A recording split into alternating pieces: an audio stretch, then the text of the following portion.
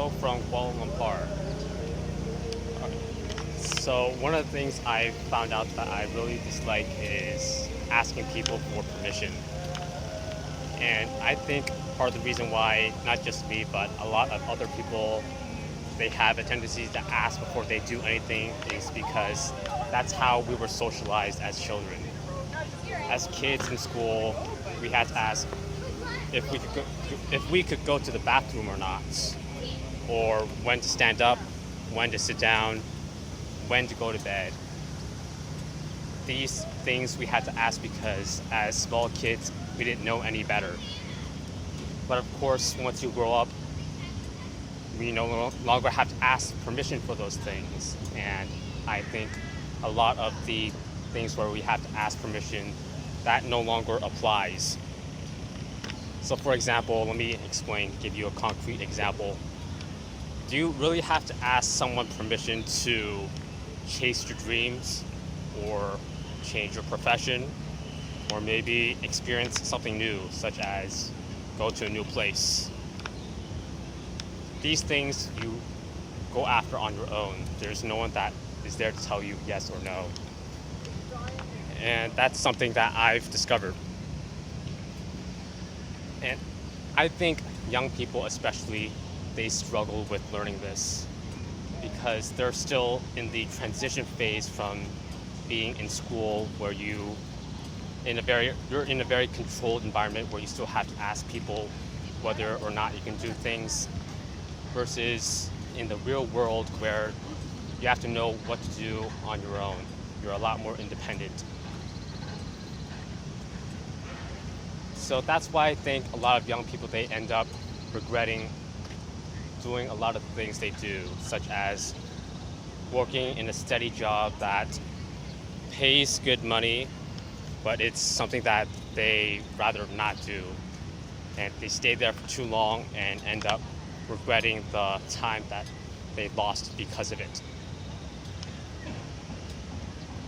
So one of my new models to apply this stop asking for permission concept is, I like to say, it is better to seek forgiveness than to ask for permission.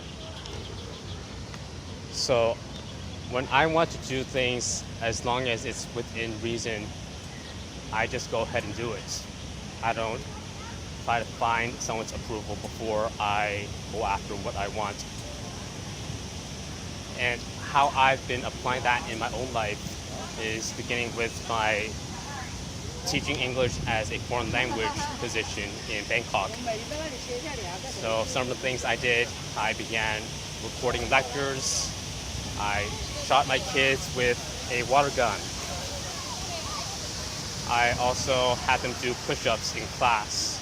So these things, no one gave me approval, nor did I ask anyone if I could do it or not. I just went ahead and went along with it. I went and did it. So, of course, I've gotten a lot of pushback for doing these things. Gotten a lot of complaints, especially from Thai teachers that think I'm a bit odd, a bit strange for doing these things because this isn't what a teacher normally does. But I feel like by trying new things in career, especially for this example, you may fail. A lot of times you fail. I've done things, I won't get into too many details, that they completely fell flat and I feel like I made a complete butthole of myself. It's fine. I think as a young person, it is best to be risk-oriented because you don't have a lot to lose. As well as that, maybe if you do something new, you might find out what you're good at. Of course, that hasn't happened to me yet. But another thing is, if you do something that is beyond the norm, other people may spot you. They may see talent in what you're doing, and they may want to give you an opportunity to do something new. That has happened to me. So a company called Eye to Eye, they are an EFL company. They spotted one of my lectures that I posted, and they asked me to write a guest blog for them for their website. And I think it's quite a big website. And me writing for them, I think it will give my website a larger audience, more exposure, which is, I think, a great opportunity that I wouldn't have found if I wasn't willing to take a chance and do things that other people might not necessarily approve of. So what I think is, if you're trying something new, what exactly do you have to lose, especially as a young adult? You might get fired, so what? Find a new job, start a new business. Don't be afraid to push the envelope.